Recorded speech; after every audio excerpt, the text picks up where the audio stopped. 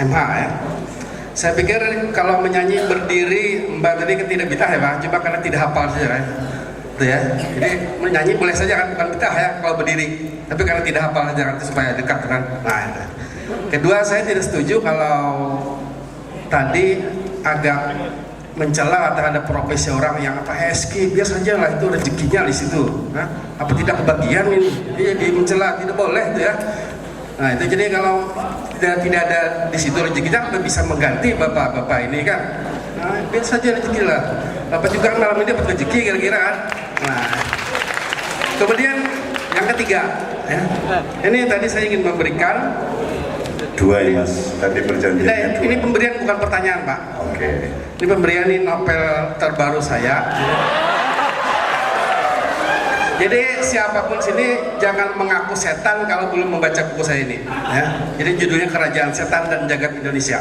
Itu saja, demikianlah. Assalamualaikum warahmatullahi wabarakatuh. Oke, saya persilakan yang ketiga. Assalamualaikum warahmatullahi wabarakatuh. Nama saya Marwan Khalid dari Klaten. Mungkin sebelumnya sebenarnya saya agak grogi bicara di sini karena mungkin dari ratusan mungkin ribuan orang di sini saya sendiri yang bukan orang akademisi begitu. Karena dulu sempat kuliah tapi lulus begitu ya. Menanggapi tema yang ada di sini, agama, budaya dan seni, saya melihat fenomena yang ada di Indonesia ini mulai dari presiden sampai apa ya istilahnya struktural pemerintah dari presiden sampai RT, satu permasalahan yang mungkin menjadi permasalahan besar di Indonesia ini adalah mereka-mereka yang menganggap beragama, tetapi saya melihat mereka tidak beragama. Saya teringat statement Cak Nun ketika waktu di Mojopat Syafaat, bahwasanya tuntunan kita hidup di dunia ini adalah memang ar-rujuu ilal Quran wa sunnah begitu ya. Satu panutan kita adalah Rasulullah Shallallahu Alaihi Wasallam. Cak Nun mengatakan Rasulullah itu manusia yang diturunkan di dunia untuk menyempurnakan akhlak manusia. Nah sekarang permasalahan yang terjadi di Indonesia, saya melihat ternyata bahkan kita semua di sini tidak mampu untuk mengurai apa itu akhlak, karena terbukti kita semua tidak mampu untuk memanusiakan manusia. Begitu juga dengan budaya dan sosial dan seni yang ada di Indonesia. Mereka menganggap masing-masing golongan, masing-masing kebudayaan masing-masing yang ada di Kalimantan mungkin dengan budaya di sana, begitu masuk di wilayah yang lain, terkadang membuat satu kelompok yang di situ menguatkan ini loh budaya saya, ini loh kultur saya, dan mereka tidak mampu dan tidak mau untuk berkolaborasi dengan budaya-budaya yang ada di wilayah yang mereka tempati. Nah ini satu masalah yang terjadi dimanapun saja, akhirnya menjadi sebuah bentrokan.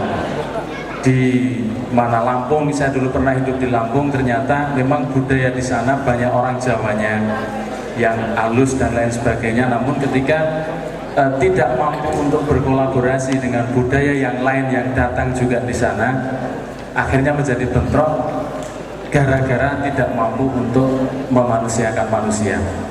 Lalu pertanyaan saya, ketika di Indonesia ini terjadi bentrokan antara sekolahan dengan sekolahan, antara warga dengan warga, banyak sekali dari dinas yang terkait memprogramkan membuat kurikulum anti tawuran, anti bentrok dan lain sebagainya.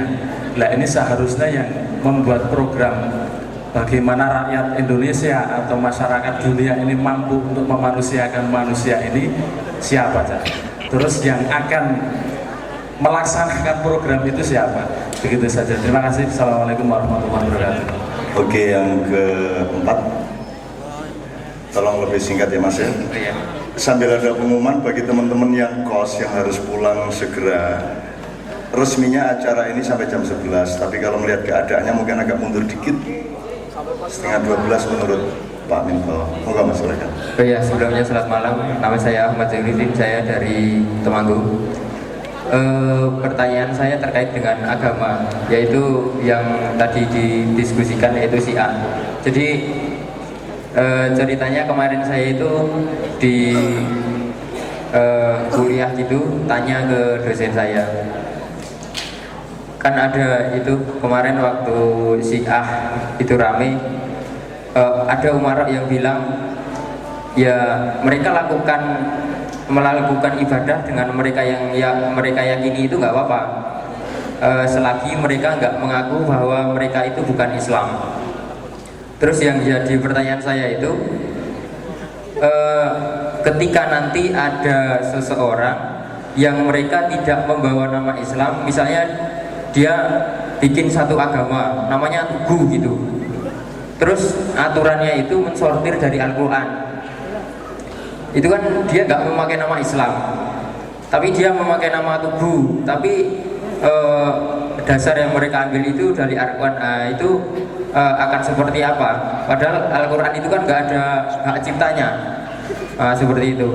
Nah itu kok dosen saya belum bisa menjawab gitu, katanya itu gimana aja gitu. Oke, terakhir ya. Nanti kalau masih ada waktu bisa kita tambahin. Assalamualaikum warahmatullahi wabarakatuh. Nama saya Tina Mayati dari jurusan PPI. Saya masih semester 1. Pertanyaan saya sangat simpel dan mendasar.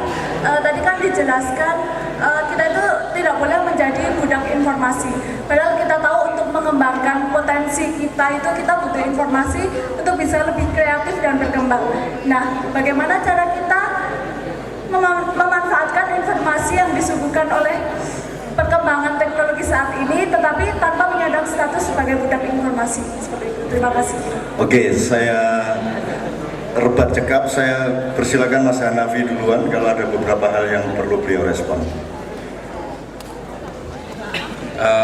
Dari Mbak ini saya yang terakhir, Mbak Sinten Mbak, sama yang ini soal informasi ya. Jadi saya melihat atau merasakan, mungkin juga kita mungkin menyadari atau tidak ya, sekarang ini konsumsi informasi kita itu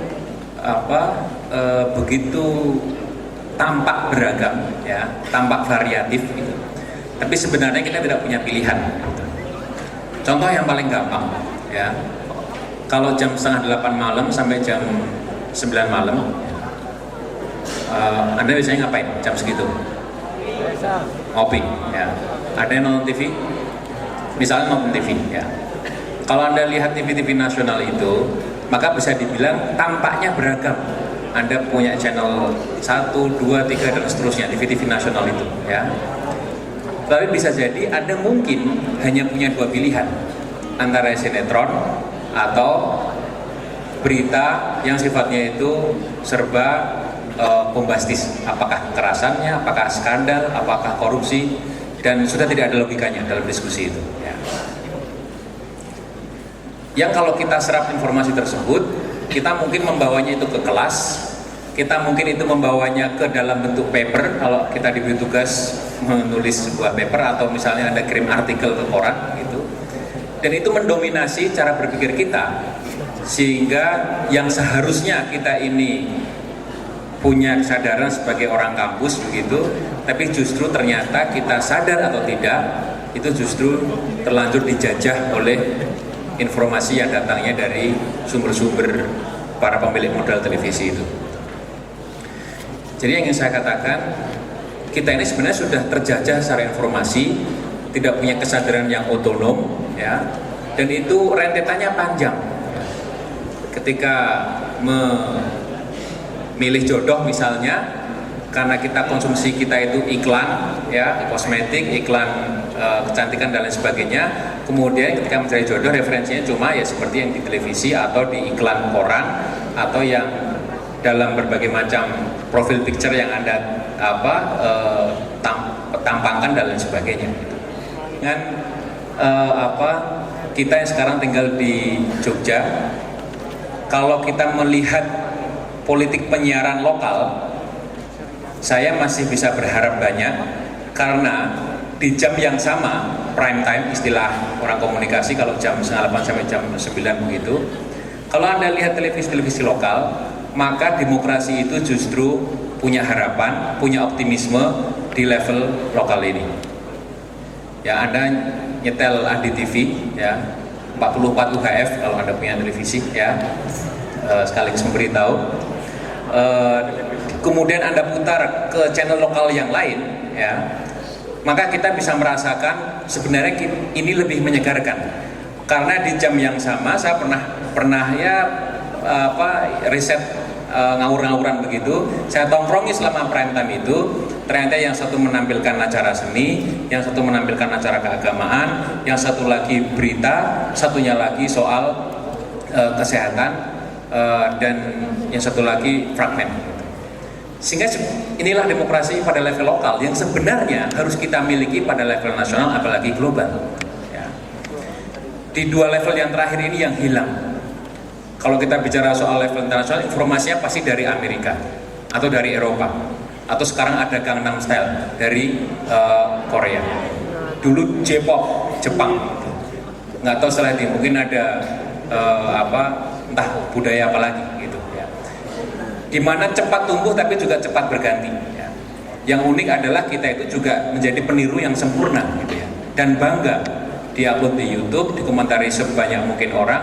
Kita kemudian merasa bangga dan timbullah budaya narsisme yang sangat tinggi, yang sebenarnya mungkin kita ini yang rasional malah justru menertawakan itu.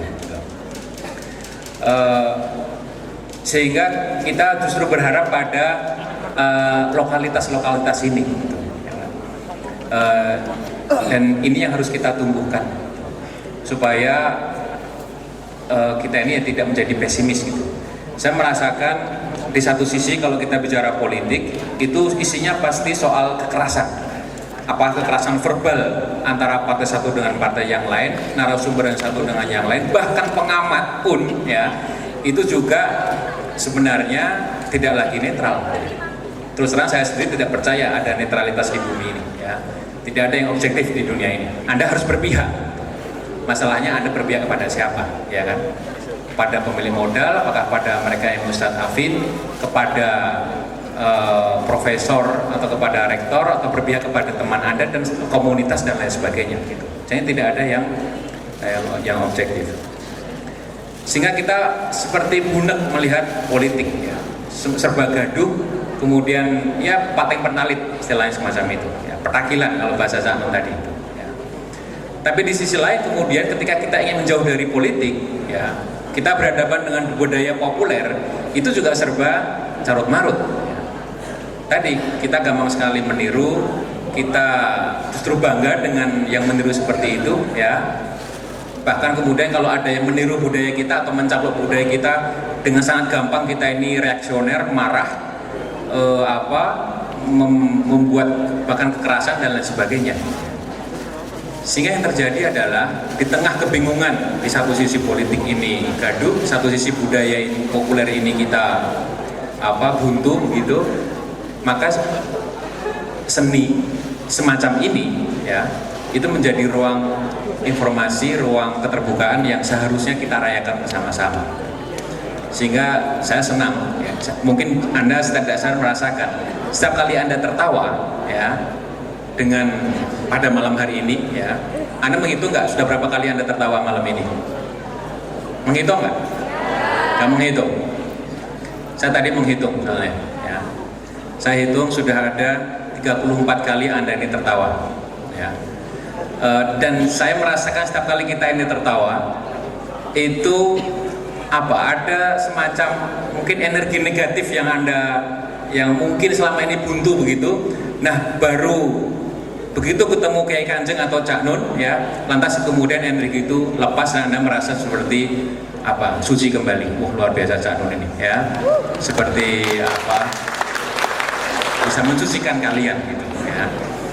Dan ya bagus gitu ya. Artinya kita di sini forum semacam ini yang harusnya lebih lebih banyak dan kita rayakan. Dalam arti kita rayakan bukan lantas kemudian tumpengan, tapi bahwa kita menikmati, kita mencoba untuk mengadakannya kembali, ya, entah di sini, entah di tempat yang lain gitu. Dan di lokus manapun, tidak hanya di kampus, ya, mungkin juga bisa di perkampungan, bisa di tepi kali Code dan lain sebagainya, gitu, ya. Sehingga bahwa ruang itu semuanya itu adalah milik kita semuanya. Jadi saya kira tanggapan saya spesifik pada soal informasi dan politik di balik dunia informasi ini, dan selebihnya saya serahkan pada profesor kita. Saya hanya akan menanggapi sahabat saya, sama-sama guru bahasa Indonesia, Mas Saban Sabri, yang tadi beriklan jangan mengaku setan sebelum membaca novel saya. Ini sama-sama dosen bahasa Indonesia, hanya beliau dari Lambung Mangkurat, saya dari UNY. Sebenarnya kami sama sekali tidak mencela ESQ sebagai rezekinya 165. Itu sama sekali tidak, karena itu sebenarnya cara aja. Seperti sampean mengatakan bahwa jangan mengaku setan sebelum membaca novel saya. Kebetulan cara saya dan Cak Nun itu agak berbeda. Kalau ESQ model lain adalah model seperti ini. Itu saja sebenarnya. Sehingga dan ini Mas Sabri, ini khas kali Jogja. Cara-cara Jogja buka-bukaan, pisu-pisuan yang mungkin dianggap tabu oleh sebagian teman yang lain. Lalu di sini kemudian kata Mas Hanafi tadi, akhirnya kita memperoleh healing, pelepasan katup-katup yang bersumbat kan. Akhirnya tertawanya saja 34 kali dosen tenan ini. Ngitung 34, hidup di negeri angka. Jadi sebenarnya itu saya kenal baik dengan Pak Ari Ginanjar, saya kenal baik. Tetapi di dalam forum namanya saja dialog budaya, di dalam dialog budaya seperti ini kita bisa saling ini kan karena sampean kebetulan sama-sama dosen dengan saya, ini kan arena produksi kultural kalau menurut Pierre Bourdieu. Jadi ini jadi sebenarnya seperti itu, dan ini gaya gudeg itu seperti ini Mas Sabri. Jadi Jogja ini ya kayak gini lah kira-kira di kelas-kelas perkuliahan ya seperti ini kita membawakan. Nah kalau saya menyinggung-nyinggung Pak Rektor, Pak Wakil Rektor 3 dan seterusnya, karena memang ini papannya, tadi saya menggunakan umpan papan karena di dalam konteks ini kita sedang berdialog secara egaliter.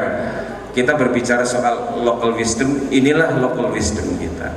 Jadi sama sekali kalau itu diterima oleh Mas Sabri sebagai pencelaan, saya mohon maaf, mungkin konvensi, saya menghormati konvensi Banjarmasin, dan saya tidak memaksakan itu supaya Mas Sabri ikut-ikutan seperti kita yang mayoritas di Jogja, tapi ini memang cara Jogja. Jadi saya walaupun di kampus oleh Pak Warek 3 ini kalau ngundang saya di forum resmi tidak prof pada saya. Saya selalu menolak, tapi dengan cara saya. Ini gaya Jogja kan seperti itu. Karena beliau waktu menjadi dekan kepada anak buahnya profesor, mengundangnya juga profesor, tetapi juga bisa berkelahi di dalam forum akademi. Itu kan seperti diajarkan di olahraga tempat beliau mengajar, yang namanya dan satu itu harus menghormati dan dua. Yang namanya sabuk putih itu kepada sabuk kuning itu harus menaruh hormat. Nah itu yang namanya filosofi empan papan yang bisa diterapkan dimanapun sebenarnya. Nah forum ini sebenarnya diciptakan oleh teman-teman BEM FBS UNY di dalam rangka memecah yang tadi dikatakan kepadatan yang tadi dikatakan oleh Cak itu menjadi sesuatu yang cair, sehingga di sini saya pinjam puisi dia.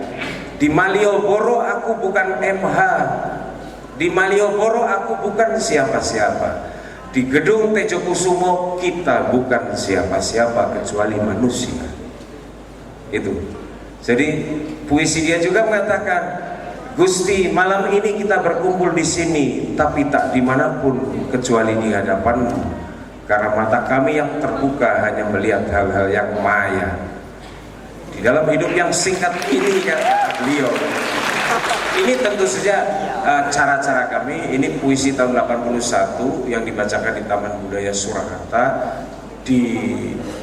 diputar grafisnya itu stensilannya oleh penerbit Jatayu Surakarta yang sekarang sudah bubar penerbitnya.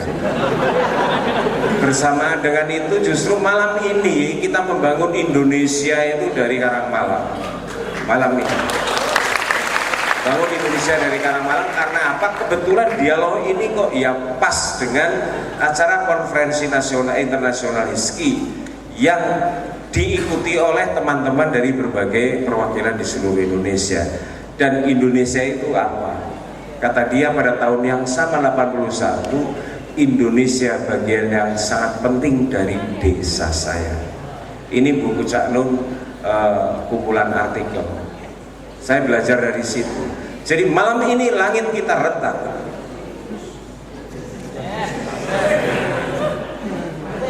Paling nah ini ahli MH ini, ahli MH Indonesia. Artinya saya naik pangkat berkali-kali pakai penelitian yang saya meneliti. Makanya saya pernah tidur, pernah sholat di masjidnya Cak Nun di Menturo pakai sarung yang suwek jahitannya dadak tak bundeling ngene Adil, adiknya dia, untuk melihat kehidupan dia. Dan saya tidur beberapa kali di sana, lalu di Jombang, hanya untuk meneliti nyanyian Gilandang. Nah itu kan cara sebenarnya. Nah malam ini juga cara Mas Sabar. Nanti insya Allah saya akan baca itu kapan-kapan. Apakah itu novel beneran apa novel jadi-jadi ya. Ini cara Jogja kali, cara Jogja. Mudah-mudahan ini karena saya tadi diguru-guru besarkan sama dia. Nanti mudah-mudahan sampai ujian disertasi saya nguji. Tak lulus ke cum laude nek iso tenan. Ora saya ora pateni. Jadi ini cara Jogja, cara berkomunikasi ini seperti ini. Ya, makanya hidup di Jogja itu ya usia harapan di Jogja ini menjadi lebih tinggi karena ya orangnya santai-santai. Lihat pembantu rektor 3, wakil dekan 2, wakil dekan 1, wakil dekan 3. Ini atasan saya semua, duduk di bawah saya. Ini loh, kita bangun Indonesia dari Karangmalang. Selamat malam Karangmalang, kita bangun Indonesia. Oke. Saya bangga menjadi kakaknya Suminto Asayuti, Profesor Dr. Muttafaqun alaih. Karena tadi sahabat kita dari Banjarmasin ada menyebut Mbak Novia, maka saya peluangi untuk berhak responnya. Terima kasih malam Pak Sabri, Pak Sabri ya, Pak Sabhan Sabri Syukur. Saya kagum sama sampean sama jenengan, soalnya tadi saya nyanyi sekian banyak, beliau sangat memperhatikan dan beliau sangat pandai memperhatikan kelemahan orang lain. Ngaten Pak, saya kagum karena Pak Sabri ini pandai sekali melihat kelemahan orang lain. Karena memang saya tidak berdiri dan saya tidak hafal. Nomor satu mungkin saya bisa menjelaskan, memang saya tidak hafal dan saya rasa saya tidak punya keharusan untuk menghafal karena ini bukan lagu saya. Satu, nomor dua, saya hadir di sini dengan kesepakatan bersama teman-teman Kiai Kanjeng bahwa ini tidak ada hubungannya dengan eksistensi, tidak ada hubungannya dengan profesionalitas. Mungkin Pak Sabri belum tahu, Pak Sabri tahu saya menjadi penyanyi. Tapi saya datang ke sini tidak ada hubungan dengan profesionalitas, tapi karena yuk bareng-bareng kita datang ke tempat untuk berbuat apapun, yang penting itu baik. Ya. Dan nomor dua, kenapa saya nggak berdiri, nyun sewu, saya perempuan, di depan saya, di bawah banyak anak-anak, juga banyak orang-orang tua di depan saya, di belakang saya bapak-bapak Kiai Kanjeng yang saya hormati. Sungkan Pak kalau orang, saya merasa apa ya, sungkan pekiu kalau saya harus berdiri membelakangi mereka. Itu saja alasannya. Oke. Yang kemudian yang terakhir, terima kasih bukunya, insya Allah akan saya baca, dan pasti jangan khawatir, hanya yang baik-baik yang saya ingat dari buku ini. Ya, alhamdulillah. Saya karena waktunya mendesak ya. Terima kasih Mbak Novia, Mas Hanafi sama Pak Suminto. Yang pertama kepada Mas ini ya, yang soal kuda lumping. Poinnya adalah pertama itu ada kegiatan memanggil-manggil roh halus, gitu ya. Nomor dua berarti dia mengakui ada kekuatan lain selain Allah, ya. Saya tanya sama Anda, kok Anda tahu dia manggil roh halus? Itu klaim ilmiah atau don qot'i apa yang mana? Atau dugo-dugo, sangka prasangka? Jangan bilang kemungkinan. Ilmuwan tidak bisa bilang kemungkinan. Bagaimana Anda pakai metode apa sehingga Anda tahu dia memanggil roh halus? Katanya loh. Kalau katanya tidak berlaku di UNY, itu berlaku di infotainment, ya.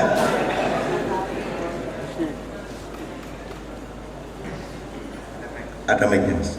Tapi tetap harus cepat ya, Mas ya. Oke. Pernah saya melihat pagelaran kuda lumping tersebut. Ada apa ya, intinya antara-antarasi memakan beling, kemudian memakan. Itu pasti karena roh halus. Tidak juga, tapi di situ banyak orang yang mempercayai bahwa itu merupakan suatu apa ya? Yang Anda salahkan jangan yang bersangkutan, tapi orang yang mempercayai dong. Begitu. Iya dong. Kalau soal makan beling, Anda bawa semprong apa kaca ke sini tak makan. Sekarang beneran. Kalau soal makan beling, tidur di atas paku segala macam, itu bawa ambil bolam satu tak makannya. Itu tidak ada hubungannya sama roh halus. Itu cuma nyali saja dan teknik di dalam mulut. Dan saya sudah pentas seperti itu berkali-kali di Filipina, di Amerika, dan di mana-mana. Terus untuk pentas seperti itu secara estetika ya jangan terus seperti ilmuwan, harus pura-pura mabuk. Gitu. Terus Anda salah sangka, disangkanya kemasukan roh. Mulane masalahnya gini, Pak, ketika kita nanya wawancara gitu, mereka menjawab bahwa saya bisa melakukan hal itu karena adanya suatu ya pengaruh. Nggak bisa, kalau wartawan boleh mendasari kebenaran dengan wawancara, tapi kalau ilmuwan tidak, dia harus empiris dan ada metodologi yang jelas bahwa itu roh. Anda mengatakan dia mengakui ada kekuatan lain selain Allah, terus itu syirik gitu. Kamu punya kekuatan nggak? Kita punya kekuatan nggak? Besi punya kekuatan nggak? Air punya kekuatan nggak? Punya. Banyak kekuatan lain selain Allah. Tapi semua kekuatan itu berasal dari Allah. What's wrong with it? Oke, jelas ya? Jelas ya? Ya gimana kalau yang punya kekuatan cuma Allah, liane loyo kabeh. Kena rameteng-meteng.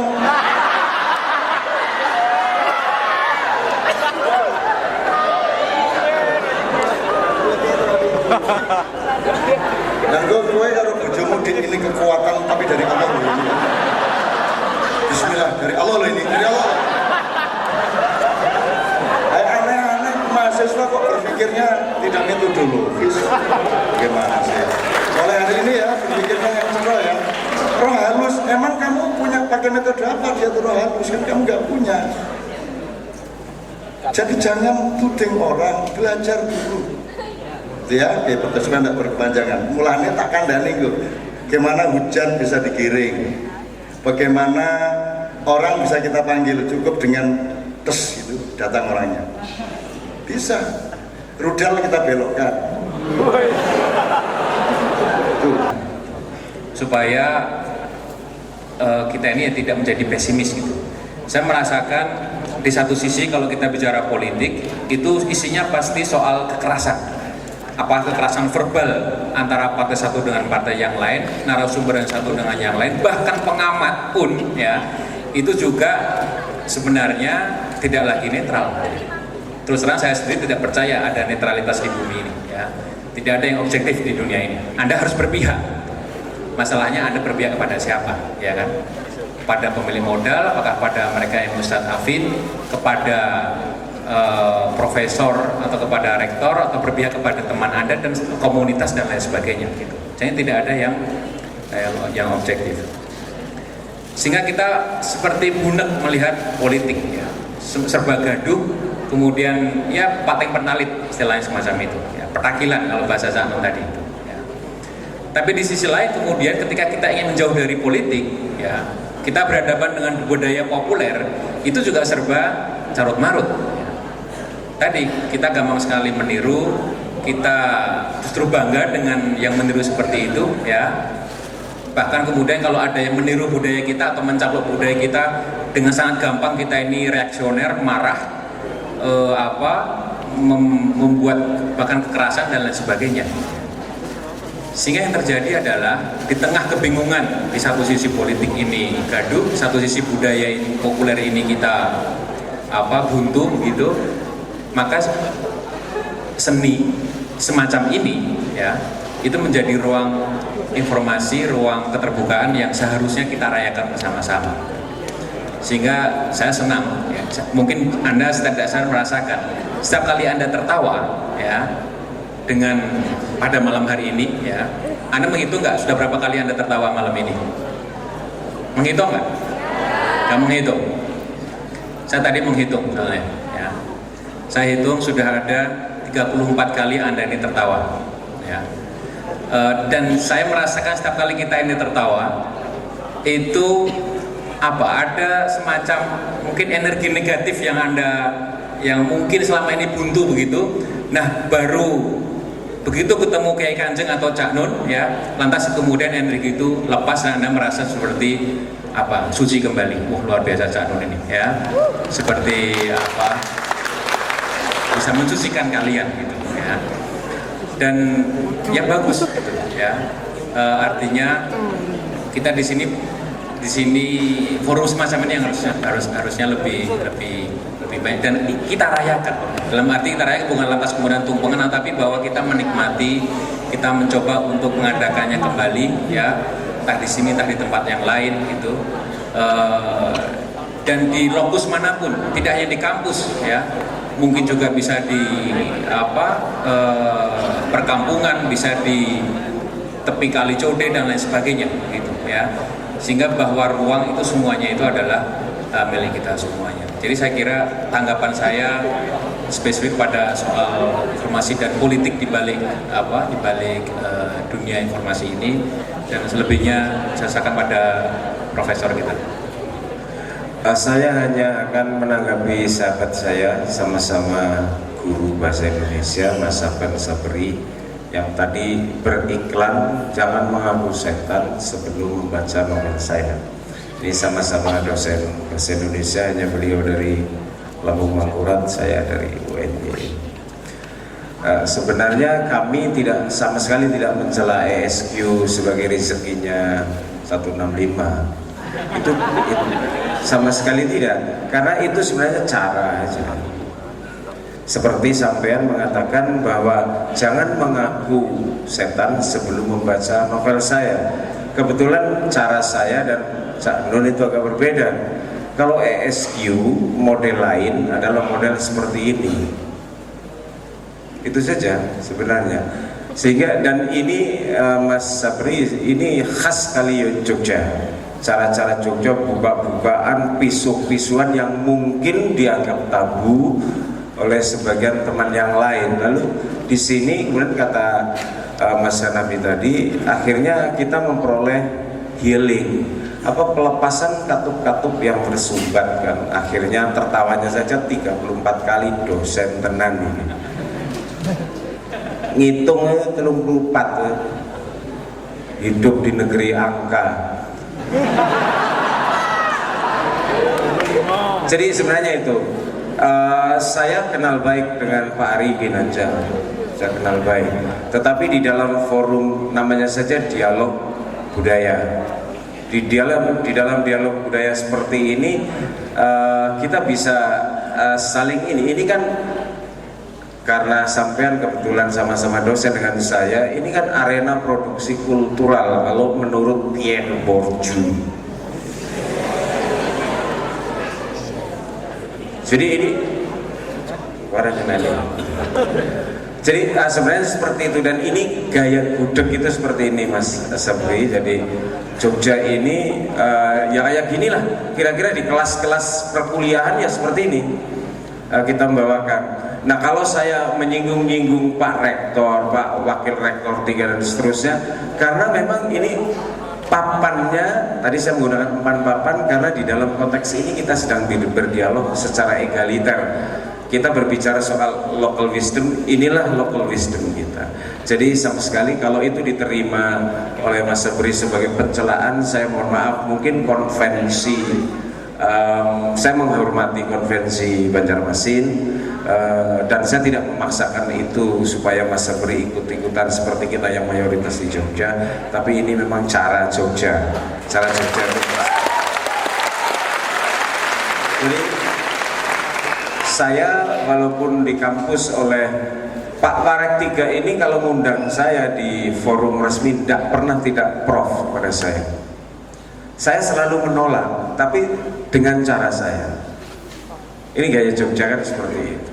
Karena beliau waktu menjadi dekan kepada anak buahnya profesor, mengundangnya juga profesor, tetapi juga bisa berkelahi di dalam forum akademi. Itu kan seperti diajarkan di olahraga tempat beliau mengajar, yang namanya dan satu itu harus menghormati dan dua. Yang namanya sabuk putih itu kepada sabuk kuning itu harus menaruh hormat. Nah itu yang namanya filosofi empan papan yang bisa diterapkan dimanapun sebenarnya. Nah forum ini sebenarnya diciptakan oleh teman-teman BEM FBS UNY di dalam rangka memecah yang tadi dikatakan kepadatan yang tadi dikatakan oleh Cak itu menjadi sesuatu yang cair, sehingga di sini saya pinjam puisi dia. Di Malioboro aku bukan MH, di Malioboro aku bukan siapa-siapa, di gedung Tejo Kusumo kita bukan siapa-siapa kecuali manusia. Itu. Jadi puisi dia juga mengatakan, Gusti, malam ini kita berkumpul di sini, tapi tak dimanapun kecuali di hadapanmu, karena mata kami yang terbuka hanya melihat hal-hal yang maya. Di dalam hidup yang singkat ini, kata beliau, ini tentu saja cara-cara kami. Ini puisi tahun 81 yang dibacakan di Taman Budaya Surakarta, diputar grafisnya itu stensilannya oleh penerbit Jatayu Surakarta yang sekarang sudah bubar penerbitnya. Bersamaan dengan itu justru malam ini kita membangun Indonesia itu dari Karangmalam. Malam ini bangun Indonesia dari Karangmalam karena apa? Kebetulan dialog ini kok ya pas dengan acara konferensi nasional internasional HISKI yang diikuti oleh teman-teman dari berbagai perwakilan di seluruh Indonesia. Dan Indonesia itu apa? Kata dia pada tahun yang sama 81, Indonesia bagian yang sangat penting dari desa saya. Ini buku Cak Nun, kumpulan artikel. Saya belajar dari situ. Jadi malam ini langit kita retak.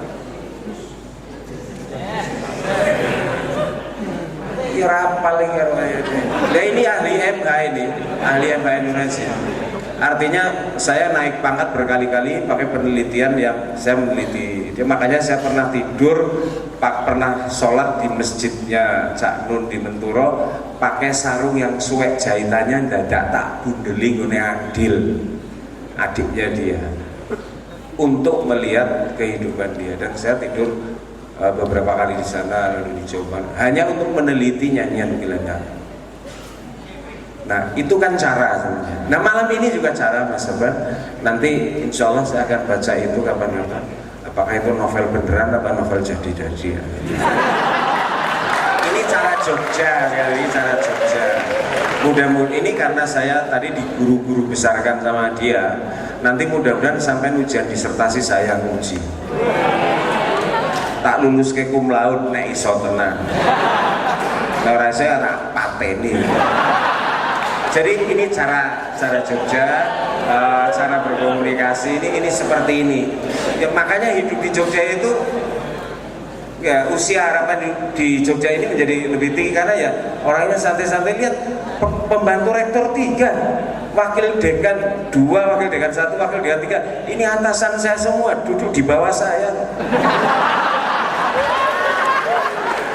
Ini loh, kita bangun Indonesia dari Karangmalang. Selamat malam Karangmalang, kita bangun Indonesia. Oke. Saya bangga menjadi kakaknya Suminto Asayuti, Profesor Dr. Muttafaqun alaih. Karena tadi sahabat kita dari Banjarmasin ada menyebut Mbak Novia, maka saya peluangi untuk berhak responnya. Terima kasih malam Pak Sabri. Pak Sabri ya, Pak Sabhan Sabri Syukur. Saya kagum sama sampean sama jenengan, soalnya tadi saya nyanyi sekian banyak, beliau sangat memperhatikan dan beliau sangat pandai memperhatikan kelemahan orang lain. Ngaten Pak, saya kagum karena Pak Sabri ini pandai sekali melihat kelemahan orang lain. Karena memang saya tidak berdiri dan saya tidak hafal. Nomor 1 mungkin saya bisa menjelaskan. Memang saya tidak hafal dan saya rasa saya tidak punya keharusan untuk menghafal karena ini bukan lagu saya. 1. Nomor 2, saya hadir di sini dengan kesepakatan bersama teman-teman Kiai Kanjeng bahwa ini tidak ada hubungannya dengan eksistensi, tidak ada hubungannya dengan profesionalitas. Mungkin Pak Sabri tahu, Pak Sabri tahu saya menjadi penyanyi. Tapi saya datang ke sini tidak ada hubungan dengan profesionalitas, tapi karena yuk bareng-bareng kita datang ke tempat untuk berbuat apapun, yang penting itu baik. Ya.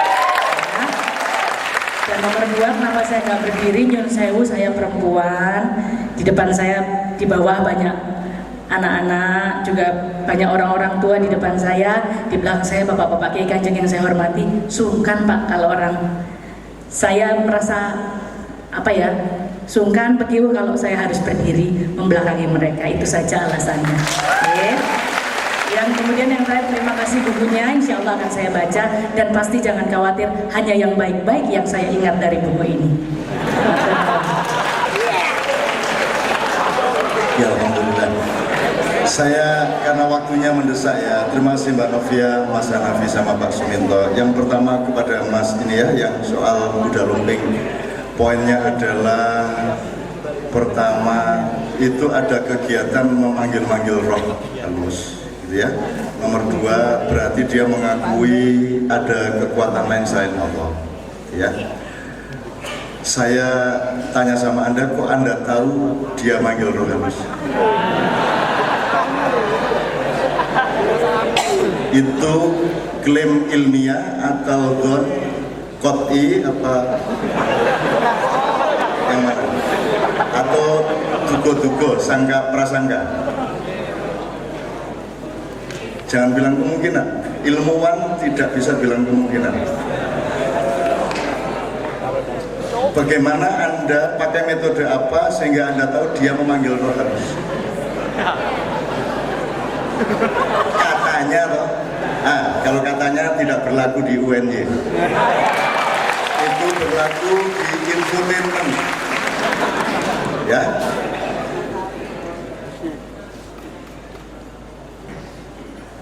Ada mic-nya Mas. Tapi tetap harus cepat ya Mas ya. Oke. Pernah saya melihat pagelaran kuda lumping tersebut. Ada intinya antara-antara memakan beling, kemudian memakan. Itu pasti karena roh halus. Tidak juga, tapi di situ banyak orang yang mempercayai bahwa itu merupakan suatu yang Anda salahkan jangan yang bersangkutan tapi orang yang mempercayai dong. Begitu. Iya dong. Kalau soal makan beling, Anda bawa semprong apa kaca ke sini tak makan. Sekarang beneran. Kalau soal makan beling, tidur di atas paku segala macam, itu bawa ambil bolam satu tak makannya. Itu tidak ada hubungannya sama roh halus. Itu cuma nyali saja dan teknik di dalam mulut. Dan saya sudah pentas seperti itu berkali-kali di Filipina, di Amerika, dan di mana-mana. Terus untuk pentas seperti itu secara estetika ya jangan terus seperti ilmuwan, harus pura-pura mabuk. Gitu. Terus Anda salah sangka, disangkanya kemasukan roh. Mulane Masalahnya gini, Pak, ketika kita nanya wawancara gitu, mereka menjawab bahwa saya bisa melakukan hal itu karena adanya suatu ya nggak pengaruh-pengaruh. bisa. Kalau wartawan boleh mendasari kebenaran dengan wawancara, tapi kalau ilmuwan tidak, dia harus empiris dan ada metodologi yang jelas bahwa itu roh. Anda mengatakan dia mengakui ada kekuatan lain selain Allah, terus itu syirik gitu. Kamu punya kekuatan nggak? Minta punya kekuatan nggak? Besi punya kekuatan nggak? Air punya kekuatan nggak? Punya. Banyak kekuatan lain selain Allah. Tapi semua kekuatan itu berasal dari Allah. What's wrong with it? Oke, jelas ya? Jelas ya? Ya gimana kalau yang punya kekuatan cuma Allah, liane loyo katanya. Karena rameteng-meteng.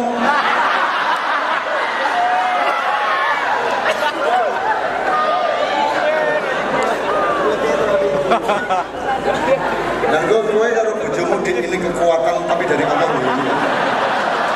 Bismillah, dari Allah loh ini, dari Allah. Aneh-aneh mahasiswa kok berpikirnya tidak metodologis. Gimana sih? Mulai hari ini ya berpikirnya yang cerah ya. Roh halus, emang kamu punya pakai metode apa dia tuh roh halus? Kan kamu nggak punya. Jadi jangan tuding orang, belajar dulu. Ya, sudah tidak berkepanjangan. Mulanya tak kandani kok. Bagaimana hujan bisa digiring? Bagaimana orang bisa kita panggil? Cukup dengan tes gitu, datang orangnya. Bisa. Rudal kita belokkan.